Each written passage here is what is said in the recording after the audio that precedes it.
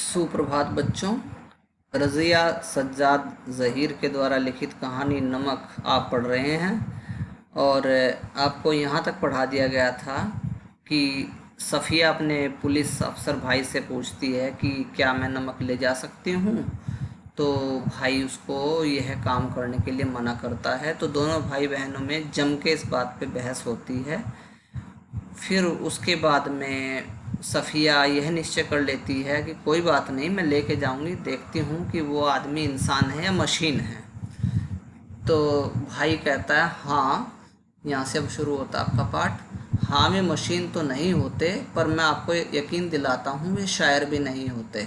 आप जो लेखक लोग होते हैं, कवि लोग, शायर लोग होते हैं, आप होते हैं दिल से काम लेने वाले। दिमाग से तो काम नहीं लेते आप लोग। और जो वो हैं, वो ड्यूटी करने वाले लोग हैं, वो अपनी ड्यूटी अपने हिसाब से करते हैं, वो दिल से काम नहीं लेते। अरे बाबा, तो मैं कब कह रही हूँ कि वह ड्यूटी ना करें। करें भाई अपनी ड्यूटी। वो भी एक तोहफा है, वह भी चंद पैसों का। शौक से देख लें। कोई सोना चांदी नहीं, स्मगल की हुई चीज़ नहीं, ब्लैक मार्केट का माल नहीं। अरे मैं कोई ऐसी चीज़ थोड़ी ले जा रही हूँ जिसमें ब्लैक मार्केटिंग कर रही हूँ या स्मगलिंग कर रही हूँ या सोना चांदी लेके कहीं जा रही हूँ। छोटी सी चीज़ है, एक तोहफा है वो भी, और वो भी थोड़े से पैसों का है। मैं कोई इसमें बिजनेस थोड़ी कर रही हूँ। तो भाई कहता है अब आपसे कौन बहस करे। आप सुनोगे नहीं, मुझे पता था पहले ही। आप मानोगे नहीं मेरी बात को। आप अदीब ठहरी, आप तो लेखिका है ना। और सभी अदीबों का दिमाग थोड़ा सा तो ज़रूर घुमा हुआ होता है, जैसा कि आपका घूम रहा है। बात सुनती नहीं हो, बात मानती नहीं हो। बहन जी क्या बात है ये। ठीक है, आप शायर हो, लेखिका हो, आप जैसे जितने और लेखक हैं ना, सबका दिमाग घुमा हुआ होता है। और वैसे मैं आपको बता ही देता हूँ, गुस्से में है भाई इस समय, मैं से आपको बता ही देता हूँ, आप ले जा नहीं पाएंगी। और बदनामी मुफ्त में हम सब की होगी, हमारी भी और आपकी भी। आखिर आप कस्टम वालों को कितना जानती हैं। तो आप कस्टम वालों के बारे में नहीं जानती कि किस हद तक वो लोग चले जाते हैं। तो उसने गुस्से से जवाब दिया, सफ़िया ने, कस्टम वालों को जानने या न जाने, पर हम इंसानों को थोड़ा ज़रूर जानते हैं। भाई हमारा अनुभव इस तरह का है कि हम इंसानों को अंदर तक पहचान लेते हैं। और रही दिमाग की बात, हाँ भाई तू ये कह रहा था ना कि अदीबों का दिमाग घुमा हुआ होता है। बेटे दिमाग की बात सुन ले। अगर सभी लोगों का दिमाग हम अदीबों की तरह घुमा हुआ होता तो यह दुनिया कुछ और ही जगह होती, कुछ और ही बेहतर हो जाती भैया। तो कहती है कि हम लोग जो दिल से सोचते हैं, अगर सब लोग दिल से सोचें, फालतू का दिमाग ना लगाएं, तो दुनिया की तस्वीर ही बदल जाएगी। तो बच्चों ये यहाँ तक आपको मैंने शायद पाठ करा दिया था वैसे। चलो कोई बात नहीं, आगे आते हैं। मारे गुस्से के उसकी आंखों से आंसू बहने लगे थे।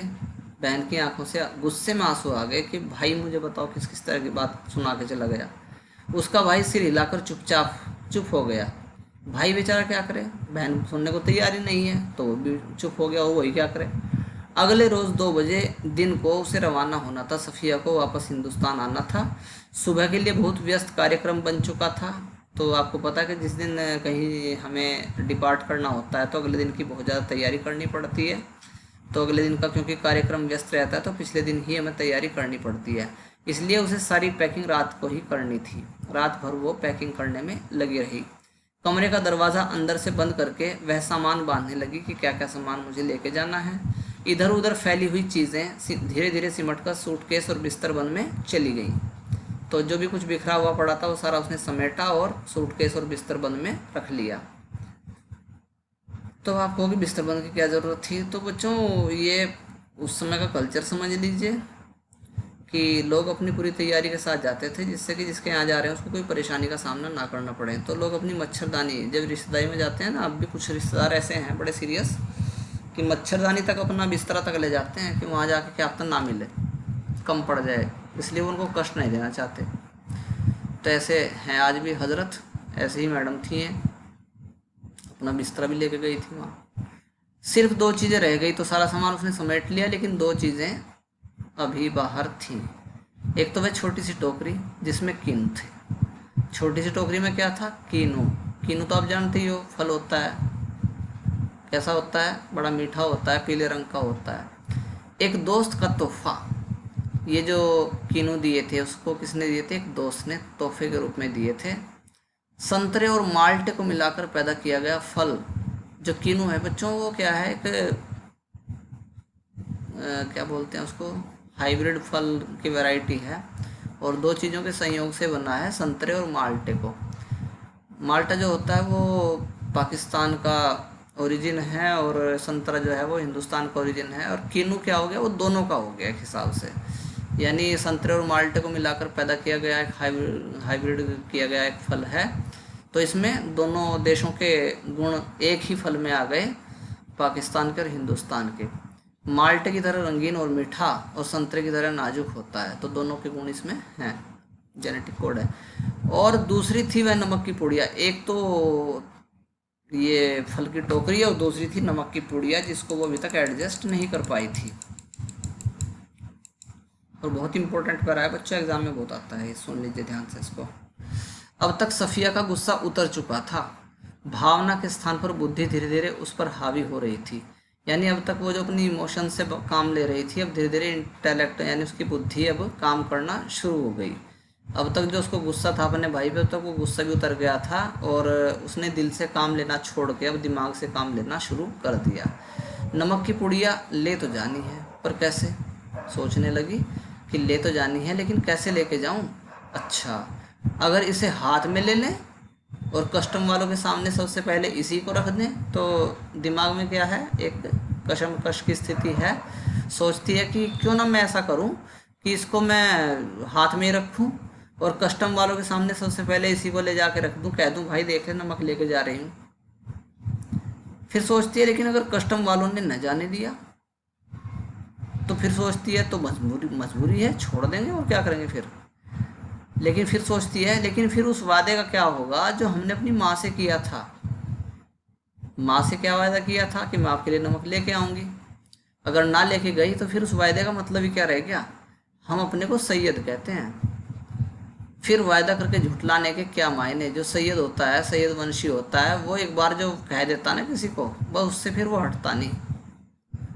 तो यहाँ पे लेखिका भी सैयद वंशी है, इसलिए प्राण जाए पर वचन न जाए वाली स्थिति हो गई।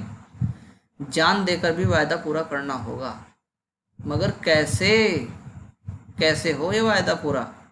तो सोचने लगती है, अच्छा अगर इसे कीनुओं की टोकरी में सबसे नीचे रख लिया जाए, क्यों ना मैं इस नमक को कीनू की टोकरी में सबसे नीचे रख लूं, तो इतने कीनुओं के ढेर में भला कौन इसे देखेगा, किसकी नज़र पड़ेगी।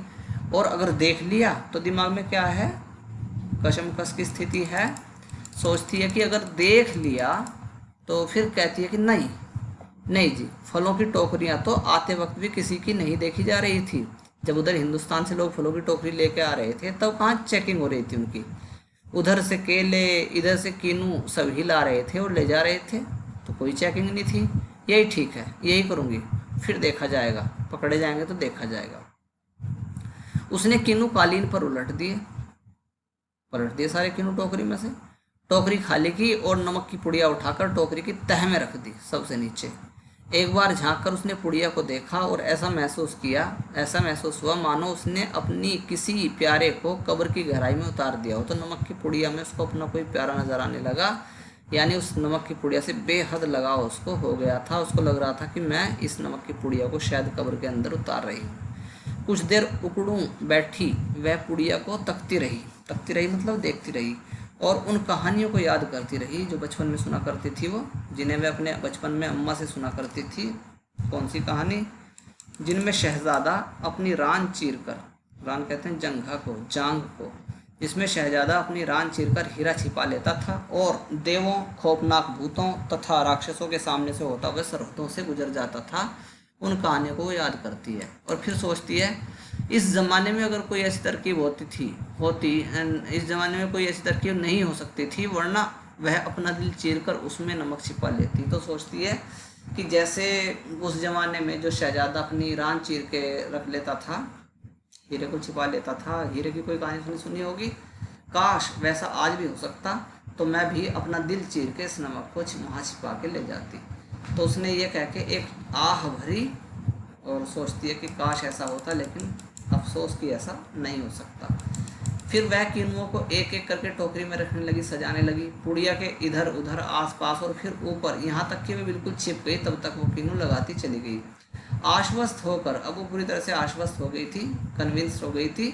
उसने हाथ झाड़े, सूटकेस पलंग के नीचे खिसकाया, टोकरी उठाकर, कौन सी, फलों की, पलंग के सिरहाने रखी और लेटकर दोहर ओढ़ ली। दोहर का मतलब मोटी चादर उसने ओढ़ ली, जिसमें अंदर रजाई, वो रुई भरी जाती है और रजाई बनती है।